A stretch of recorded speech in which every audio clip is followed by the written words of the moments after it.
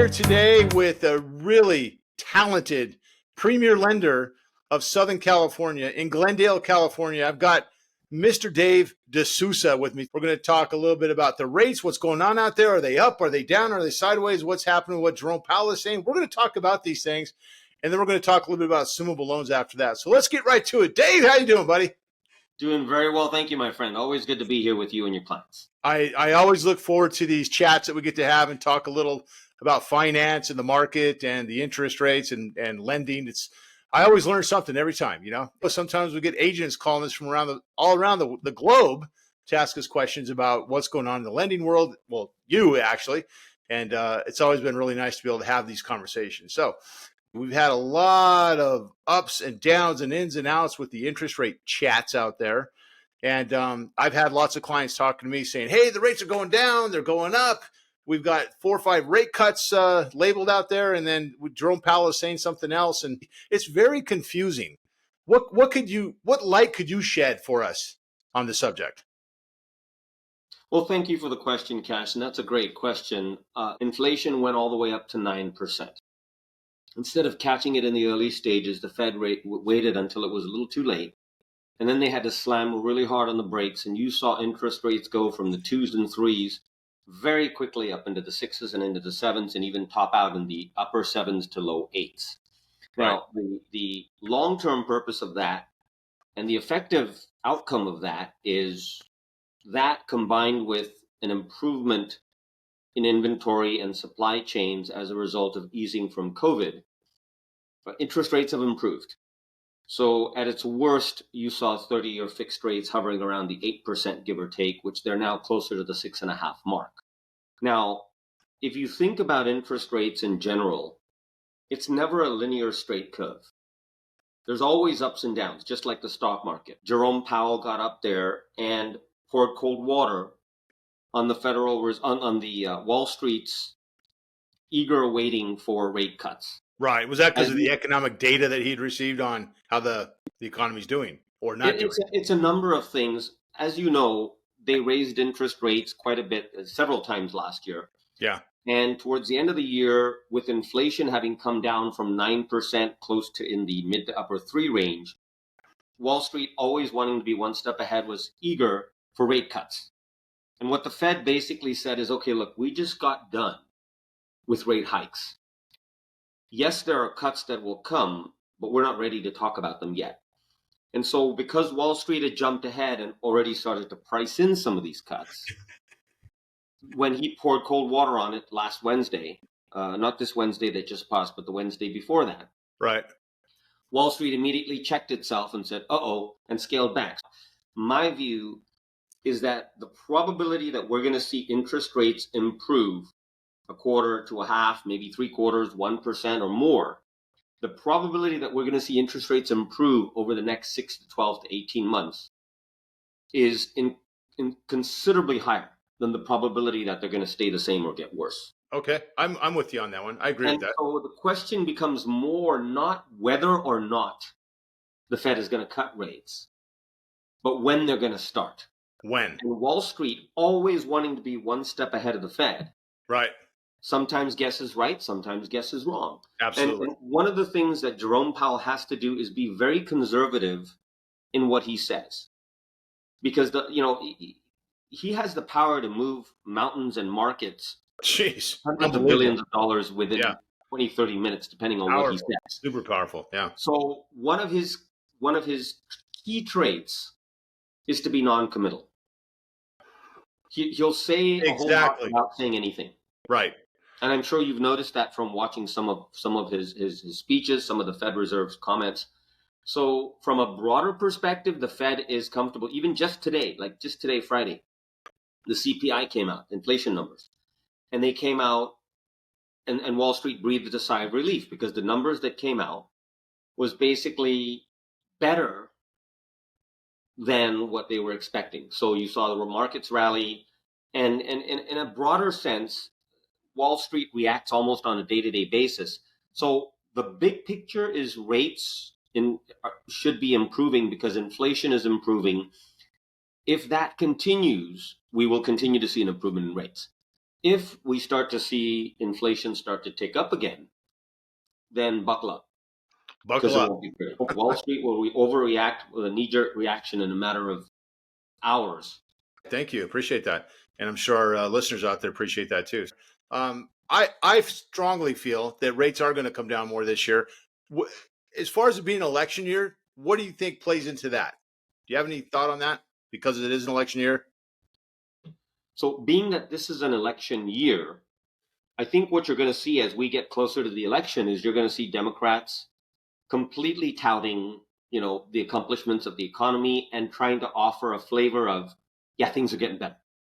Right. And I would not be surprised to see Republicans, and again, this would be reversed if it was the other way around. Right.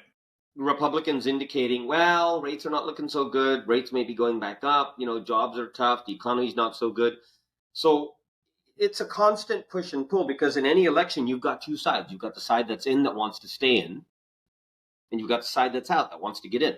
Right. Exactly. That's politics. And they're always going to be at cross purposes, because you would think that ultimately the view would be what's best for the country, but it ends up being more about the party.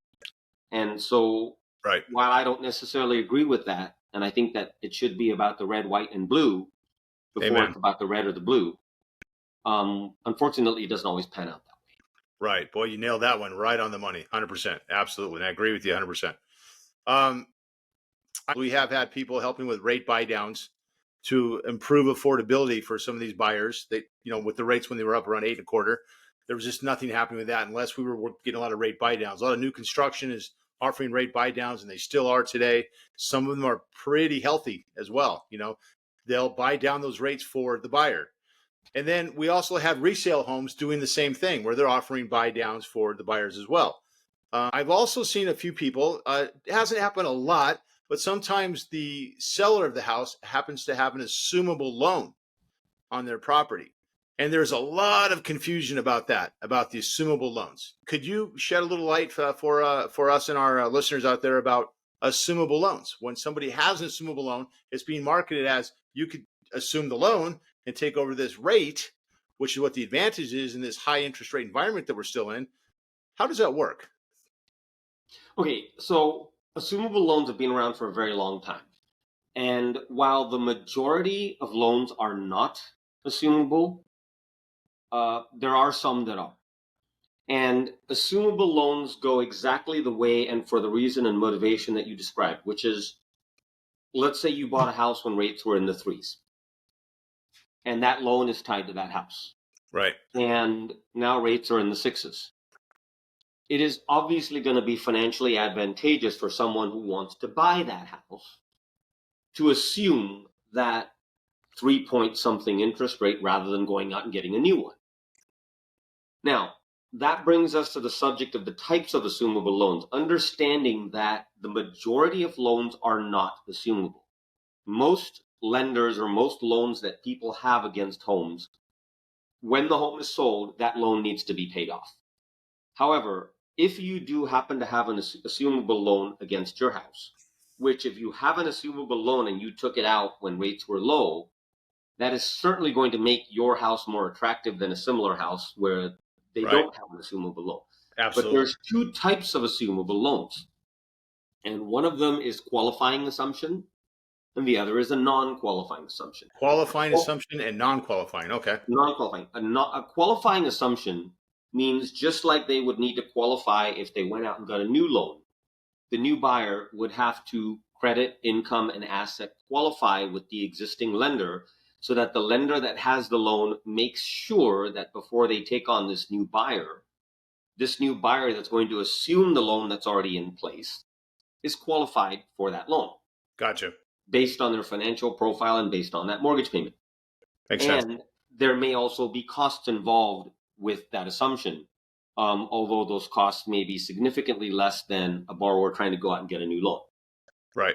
Now, that is a qualifying assumption. There are very few animals out there, and it's typically they used to be within the FHA and government realm, where they were non-qualifying assumptions, which means the person that's assuming the loan can actually take over and be on the note and be granted an assumption where they are not qualifying.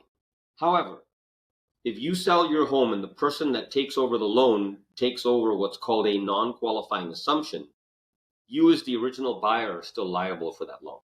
And typically assumable loans tend to be variables versus fixed. It's Oh, really? extremely Okay. rare, if ever, to find Interesting. a fixed rate loan that's assumable. Gotcha. Okay. Typically, And assumable loans are variable because there's a little less risk for the investor there. Why? Because it's a variable loan, so it's going to kind of drift with the market. right. Okay. And it's typically FHA or VA that can be assumable. Conventional, no, correct?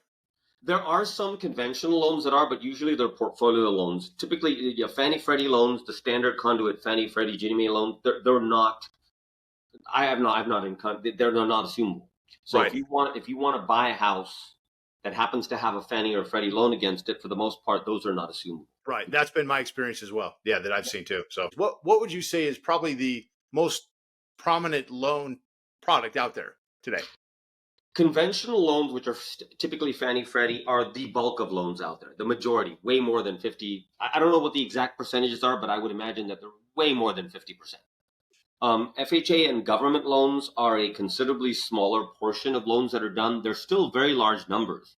Okay. How about USDA, Dave? Do you guys work with any USDA loans out in the rural areas?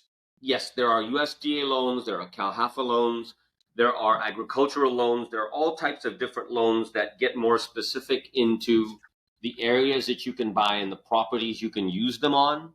Right. But again, these loans are, many of these loans have restrictions either on income or on location. And so the amount of loans, we actually do all of these loans, and I have members of my team that specialize in all the different various types of loans. But again, those percentages are very, much, much smaller than your standard conventional loans. Oh, absolutely right. And the USDAs are ones that really are only accepted in rural areas, correct? For the most part, yes. For the most part, yeah. And I also understand too that a lot of these USDA loans can be zero down. Is that right? Correct. There you go. So Correct. people are looking in the rural areas, zero Yep. down. But then again, they're probably running into some higher costs, some, again, government backed and all that, right? Fannie Freddie? Government backed, yes. Higher costs, not necessarily. Many of these programs are actually designed to help low to moderate income buyers. Right. So while there may be, more opportunity to get a loan there, there's going to be restrictions. There's going to be income restrictions and other restrictions that they're not designed to help wealthy people get wealthier. They're not designed to help people develop a portfolio of investment properties. Okay, understood. I also have some clients call me sometimes, and they are talking to me, and they're saying, "Listen, my taxes, I've made a lot more than what my taxes are showing, and I don't think a lender is going to be able to work with me in that capacity. I'm not going to be able to get the loan." I'm saying, "Well, listen, there's all these different products and tools out there that you could use. You need to talk to a good lender that's very familiar and very versed on all of these different products that are out there.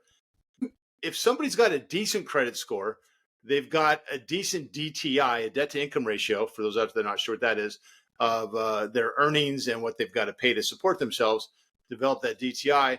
As long as they've got something that's workable there, you could find a product for them typically, right? Yes. Right. Here's typically the way that this works. The more we verify, the better the terms. Why? The more we verify. Because there's a standard mindset in the industry that the more we verify, the less of a risk you pose as a buyer, as a borrower. Okay. Right. And the lower the risk you pose, what? The lower the interest rate you get. So if we verify credit and the credit's good, we verify income, W-2s, pay stubs, bank statements, tax returns, we verify the monies for closing, we verify all of this, you're going to get the best terms possible for your profile. However, if you have excellent credit and you have money in the bank, but you make $500,000 a year, but your tax returns show that you make 30, which a lot of people do, and I've seen this happen. Wow. Yeah. That much, huh? Oh yeah. Oh, yeah. Jeez. And if that's how that works, there are programs for you. There are bank statement programs. There are profit and loss programs, which are based on P&Ls. The parameters of those loans is they're typically more expensive. They Right. require a little bit more money down, and they require They command a higher interest rate. Why? Because they, as a borrower, whether I agree with this or you agree with this or not, the industry believes that as a borrower, that borrower represents a higher risk Sure. to an investor than somebody who has verified W-2s, pay stubs, bank statements, full docs, etc. Right. So the full verification process, what I'm talking about, is typically referred to as full doc. There was a time prior to the crash of 2008 that there was what was called no doc loans. No You doc were loan. Yeah. breathing, you could sign your name and you were breathing and you got a loan. That's it. Right. And regardless of credit score, I mean, I remember doing, 600 credit score, 80, 20, 100% financing, no Shit. money down, stated income, stated asset. Basically, if you're breathing and you could sign your name, you get a loan. Right. That has since changed. And so full doc loans command the best interest rates, which is largely the way it's been for most of the time since 2008. However, now things are starting to creep back. There's bank statement programs, which are slightly higher interest rate. There are profit and loss programs where we don't collect bank statements, we don't collect tax returns, nothing. They're just a profit and loss statement that's prepared, which is borderline something very close to like a stated income loan. But you're not talking about A-paper interest rates either. Well, okay. All right. Good. So yes, the possibilities are there. But again, it comes back to a common sense give or take about where the risk lies. Okay. Gotcha. Okay. And then with credit scores out there, is there kind of a schedule of scores that you have that you can share with us? Like what's a minimum you really want to have or a good number that you do want to get to where you start seeing those better interest rates present themselves? Well, on the low end, we can do a loan for somebody through an FHA program who has as low as a 500 credit score. However, the possibilities are extremely limited and the rates are a little bit higher, but FHA will do that. Typically in the conventional arena, you want to be at least at a minimum of about a 620 to be able to get a loan for a conventional loan without it being a hard money or a private money loan. And in a situation like that, typically 620 to about 640 is the lowest tier. 640 to 680 tends to be the next tier. 680 to 720 tends to be the next. 720 to 740 the next. 740 to 760 is the next. And then typically anything 760 plus, you're in the top category. Okay, perfect. And then DTI, that's another thing that a lot of people may not understand. That's another important factor in helping to determine what kind of rate that's going to be presented to you as well. The DTI debt to income ratio, right? Well, debt to income ratio will have much more to do with whether or not you're approved and much less to do with what interest rate you get. Okay. So typically, if your debt ratio falls within the category, then you're approved, and it's going to be mainly how much you put down and your credit score and the purpose of what you're purchasing the house for, et cetera, that will determine your interest rate. In other words, if you have two identical borrowers buying the same house and one has a debt ratio of 38 and the other one has a debt ratio of 49, they're both going to get the same interest rate. Gotcha. Okay. Debt ratio is sort of a you either qualify or you don't kind of thing. It's not something that's typically used to price your interest rate. It's more like either you qualify or you don't. But What the is other that low? parameters, credit score, occupancy, how much you're putting down, the size of your loan, the percentage of how much you're putting down is in ratio to the sales price or value. Yes, all of those things affect the score. Okay. What is that DTI number, that kind of that low end, where if they're not making at least this number, kind of hang it up. Let's get that. You're going to have to improve that DTI before we can even talk about getting you a loan. What number would that be? Well, typically, if your debt to income ratio is 45% or less, you're fine. If you're between 45 and 50, it sort of depends on whether or not the automated underwriting service approves your loan. Right. I've done debt ratios as high as 49.99. Okay. If you go over 50, it's extremely unlikely that you will get an approval. Now, this is all conventional. FHA will allow a debt ratio up to 57%. Gotcha. Okay.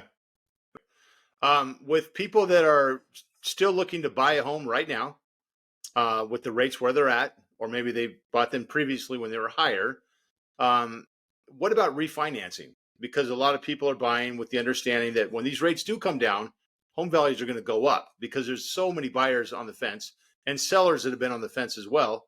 A lot of them locked into those homes. I don't know if it's because they still want the home or it's because they still love that interest rate that they got around that, 289, 299. They don't want to give that up to go to an 8% interest rate, which I completely understand that. But at some point, that interest rate fatigue starts to set in. Like I'm hanging onto this house. I'm living in this house. I'm keeping my family in this house. And if we don't like it, we need to move. Maybe it's a job relocation or whatever the case might be. But we're so fixated on this rate that we have. And that's dictating every move we're making or not making. Where there's been a ton of sellers that have been in that dynamic for a long time with these high interest rates.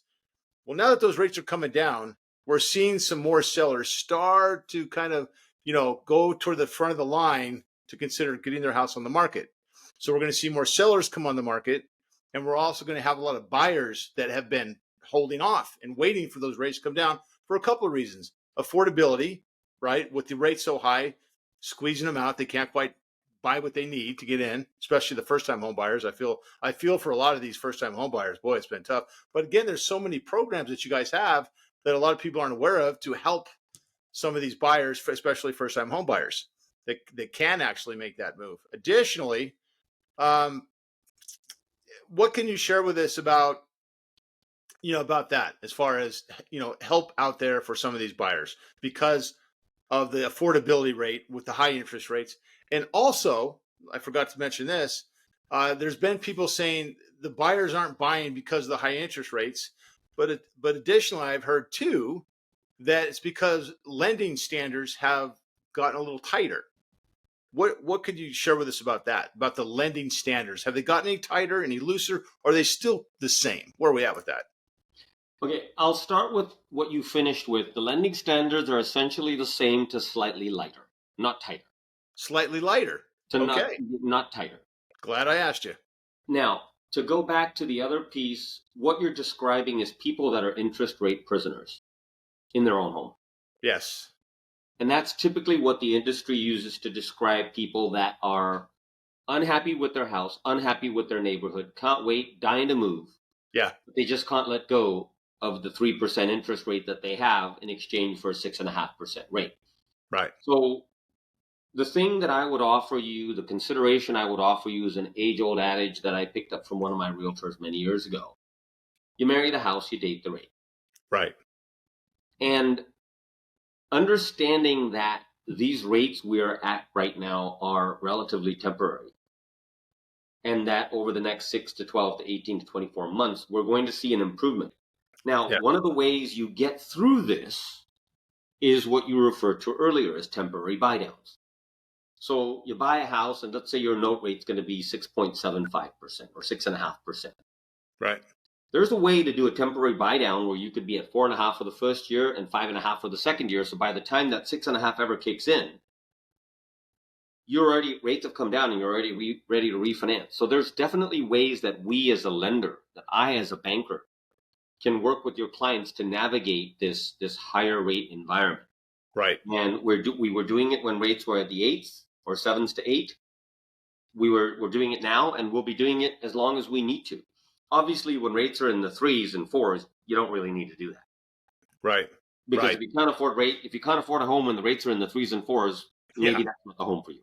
Right. Exactly. Right now, as an example, for not and PRMI, we are actually subsidizing the cost of those buy downs. So the buyer, the seller, does not have to foot the whole cost of the buy down. And as an example, with a buy down, which you referenced earlier, you could buy a home.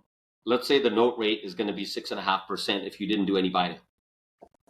You could do that where you say, okay, I'll take it where the first year is going to be 5%. The second year is going to be 6%, and the remaining life of the loan will be 7%.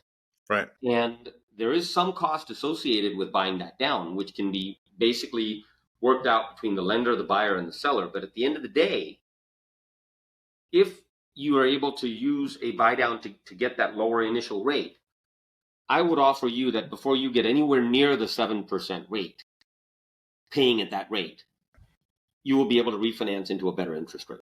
Agreed 100%. Are you seeing many people employ that strategy through this high interest rate environment we've been in lately? Absolutely. Absolutely. And I have as Absolutely. We well. have actually funded loans where clients have the note rate. Now, one thing I will tell you, if you've got a house where the seller is getting multiple offers, it's not likely that the seller is going to want to participate in buying down the rate because they don't need to. Correct. But if you're looking at a situation where you've got a seller and you've got a home, this is why you've seen this a lot with builders, because builders have a lot of standing inventory and they're really trying to move the homes. One of the ways they move the homes is they'll say, okay, well, we'll keep the price where it is, Right. but we'll give you 10,000, 15,000, 20,000 towards the buy down. Right. And you can use that to buy down your interest rate, either permanently or temporarily. So that's typically, it's something where you have a combination of a seller that really wants to sell a home, whether it's a builder or a private seller. And then that makes that home a little bit more attractive to many buyers. Why? Because this seller is offering a buy down where you can have the same house at the same price for a payment that's based on 2% lower than the other house that doesn't have this buy down attached to it. Right. So I know, and this topic can really go way off the mark, but to keep focused on what your question was, yes, there are ways to navigate this market where you end up with, even though the market is at a 6.5% to 7% rate, you can end up paying at a 5-ish% interest rate for a year, and then 6%-ish for a year. And by the time you Right. get anywhere near that 6.5% to 7%, you've got a situation where rates have come down low enough where you now refinance into a permanent rate that's in the 5s or even 6s. You don't ever end up at the 7% rate. Right. Temporary Unbelievable. buy downs. And we're doing them and they exist. And they're a great way to help people afford a home. Now, one thing to note with buy downs, you still have to qualify at the note rate. So it won't help you qualify for more house, Right. but it will give you a lower payment on the house if you qualify. And what you mean by qualifying at the note rate means that if you're 7% is that rate that you could buy the house and you need to afford it at that 7%, Correct. then In other you words, can buy downs from there.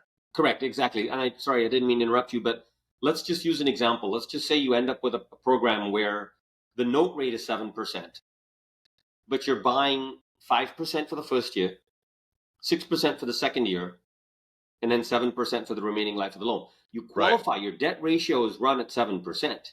Right. But for the first year, your payment that you actually pay will be based on what? 5%. Right. So the buy down doesn't help you qualify for more home. It just helps you have a lower payment. Right. Right.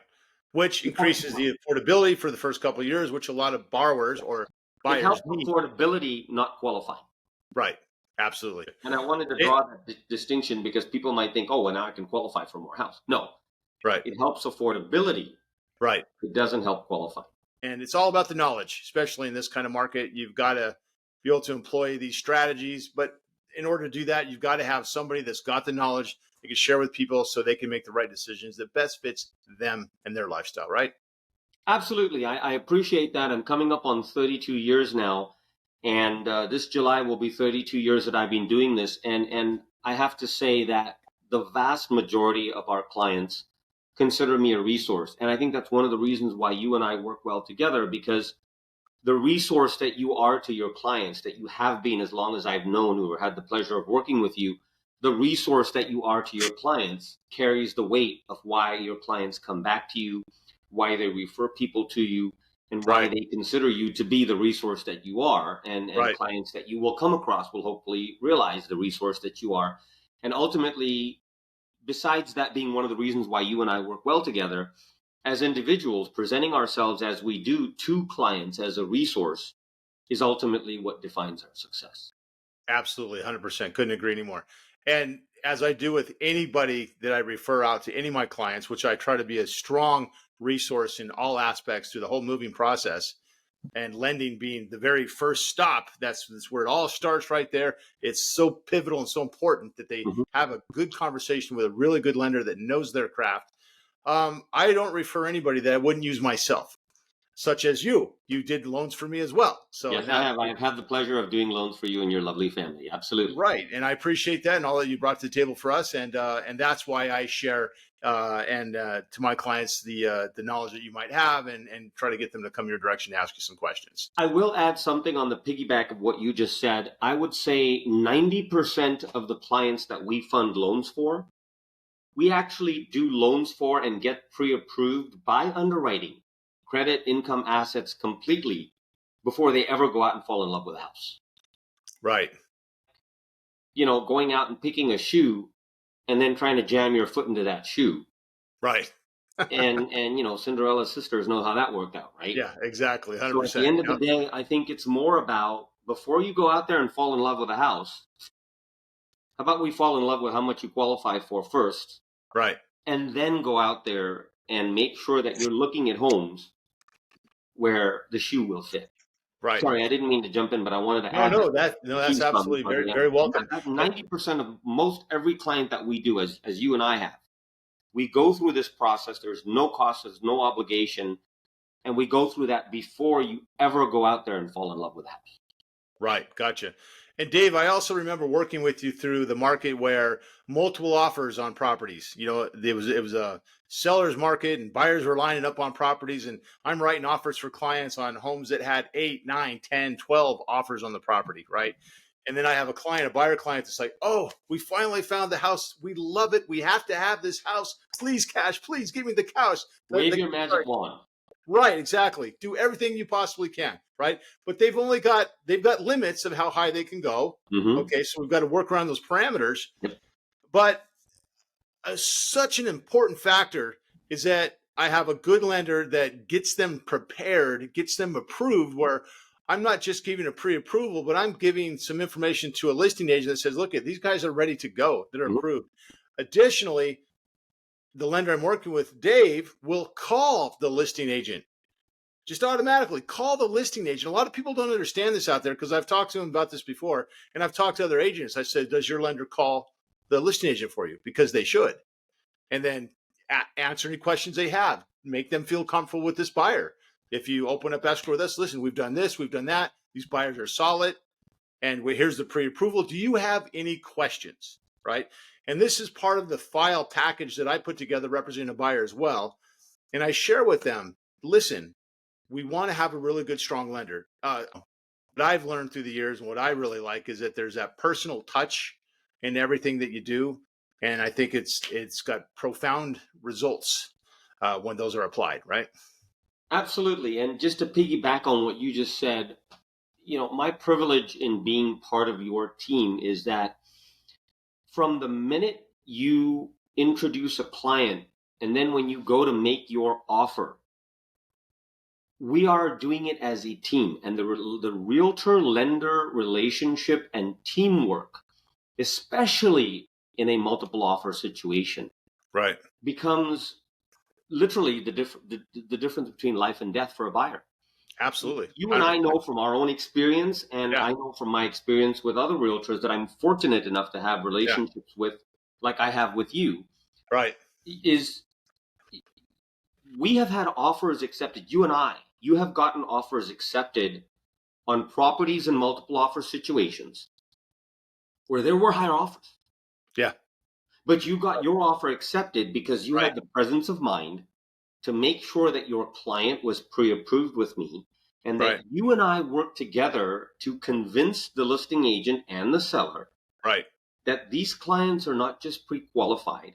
Yeah. Because a higher offer, any offer, is only as good as the buyer's ability to deliver. Absolutely. 100%. If their offer is 5,000, 10,000, 20,000, 30,000, 40,000 more, it means nothing. Right. If they can't close. If they can't close. Thank you. And you, with the way you do what you do and how you manage the relationship that I have with you and that you have with me and the clients, makes the difference. Yeah. Where you're able to get an offer accepted, even though there may be higher offers, because again, you were able to successfully convince the listing agent with my help that it's what we can deliver. And if we say we can deliver this, we can. And that's why, unless there's a home inspection problem or something, we have essentially 100% closing ratio. Absolutely. 100%. Yeah. And me being on the listing end, a lot of times selling properties, and I have offers coming to me from other agents and lenders that don't call or they don't provide the perfect file for me, because that's what we're looking for. We're looking for security. as a listing agent, we are representing our sellers. We want to make sure that the offer that we talk to our seller is going to make the ultimate decision on which offer we want to go with, but it's our job to accumulate all the information, lay it all out and say, here's offer 1, here's offer 2, 3, however many offers we have. Which one do we feel has got the best ability to close, as you said? And one of your other strong points, which has a lot to do with your success, is something that's not rocket science. It's communication. You communicate with the listing agent. You communicate with me. You make sure your clients are aware of yours and my communication. Right. You then bring the listing agent into your communication and me. And Correct. throughout the transaction, you and I, with your guidance, we're making sure that everybody is aware of where we are at any given time. So at the end of the day, you literally have listing agents that say, okay, I can't wait for Cash to bring me an offer on my next listing. Right. Because I want to work with Cash and his team. Cash and his buyers and his team know what they're doing, and it just makes life easier for everybody. And you'd be amazed how many people, God love them, how many other professionals out there don't get what you get, don't work the way you work. Right. And as a result, I guess you should say thank God, because it makes it that much easier for you to succeed with, with a little help from me. Right. Oh, absolutely. It's a team effort, 100%, all the time. And that's the gold we bring to the table right there. Team effort. Love the conversation. Learned a lot more. I hope it's helped a lot of people out there that might be listening. And again, they could always reach out to me or you, either one of us, and we could always here to help anytime. Right? Absolutely. Grateful to be here. Grateful to be part of your team, and always here to support you and your clients as best we can. Thank you so much. Great. Dave, thank you, buddy. We'll see you next time. Cheers.